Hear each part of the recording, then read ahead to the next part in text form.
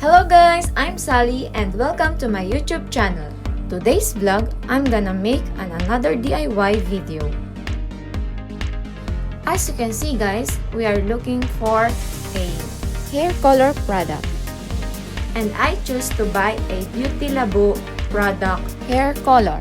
So if you are interested, just keep on watching.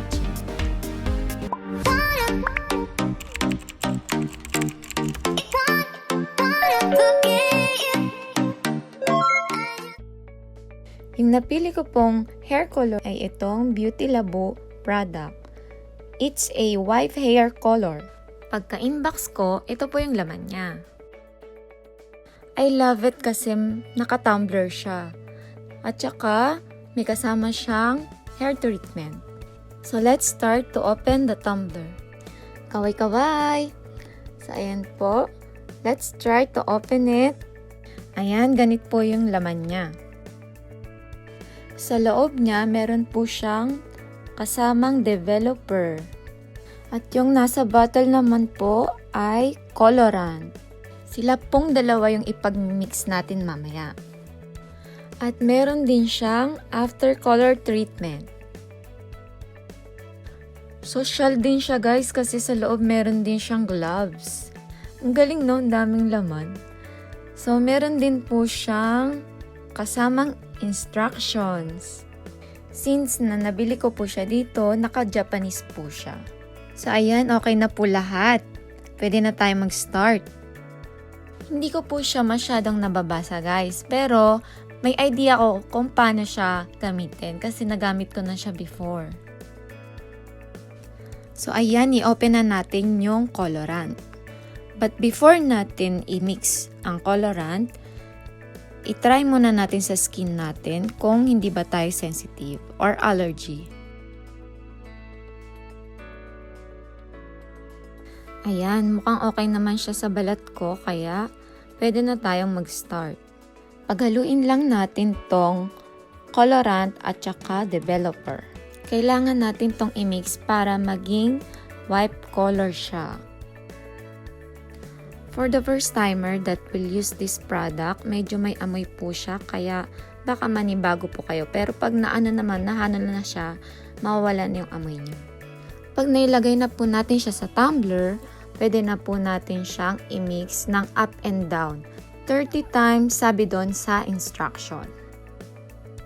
Ayan, kailangan natin mag-start ng 1, 2, 3, 4, 5, 6, 7, 8, 9, 10, 11, 12, 13, 14, 15, 16, 17, 18, 19, 20, 21, 22, 23, 24, 25, 26, 27, 28, 29, 30. So, ayan, pwede na yata to. So, guys, we can now open and use our gloves. Kailangan po natin to para hindi masira yung ating kamay. We are now have our gloves and we have to wear a cape. As you can see guys, this is my hair. So ayan, itry ko na siyang ilagay sa buhok ko. Hindi po ako magaling magkulay pero let's try. Ito po, tingnan nyo po yung white color. Ang dami niya pong bula. Make it sure lang guys, nagagamit kayo ng suklay pag magkukulay kayo. Huwag nyo akong gagayahin dito.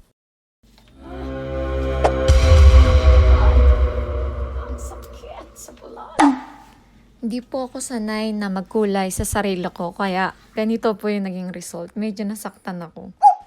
Kung magkukulay po tayo guys, dapat po pantay yung pagkalagay natin kasi mamaya yung result baka pati yung kulay hindi din pantay. At this time, kahit na maiksi yung buhok ko, naubos ko lahat nung pangkulay. Ayan, natapos na ako magkulay ng buhok.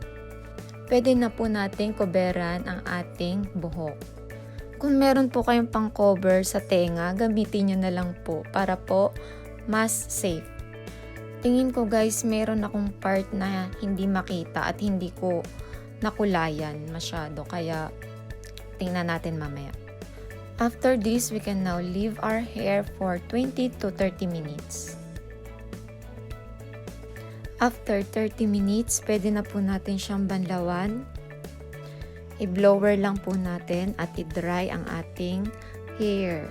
As you can see, unti-unti nang lumalabas yung result ng pagkulay natin. Para sa akin guys, maganda yung BeautyLabo gamitin kasi napaka-convenient niya at saka napakadaling gawin. After I finish blower my hair, I next to use the conditioner. Ito po yung itsura ng conditioner na kasama dun sa tumbler. Ayan po yung nilagay ko sa buhok ko. Tapos, ginamitan ko na rin po netong treatment na kasama. Normally guys, pag bibilihin nyo tong BeautyLabo na hair color, wala pong kasamang ganitong bottle. Nagkataon lang po na may free siyang treatment nung pagbili ko. I can say na maganda po yung treatment na kasama kasi po malambot po yung buhok ko pagkatapos ko siyang ilagay. After a few minutes, ito po ang naging result ng aking buhok. Ayan, tingnan nyo po. Medyo hindi siya pantay guys kasi may mga part ako na hindi makita. If you want a best result, kailangan nyo pong magpatulong para po maganda yung kakalabasan. But overall, I like it. Thank you for watching everyone. If you love my videos, just click the subscribe button and hit the notification bell for new videos. また今度のビデオでよろしくお願いします。じゃあね。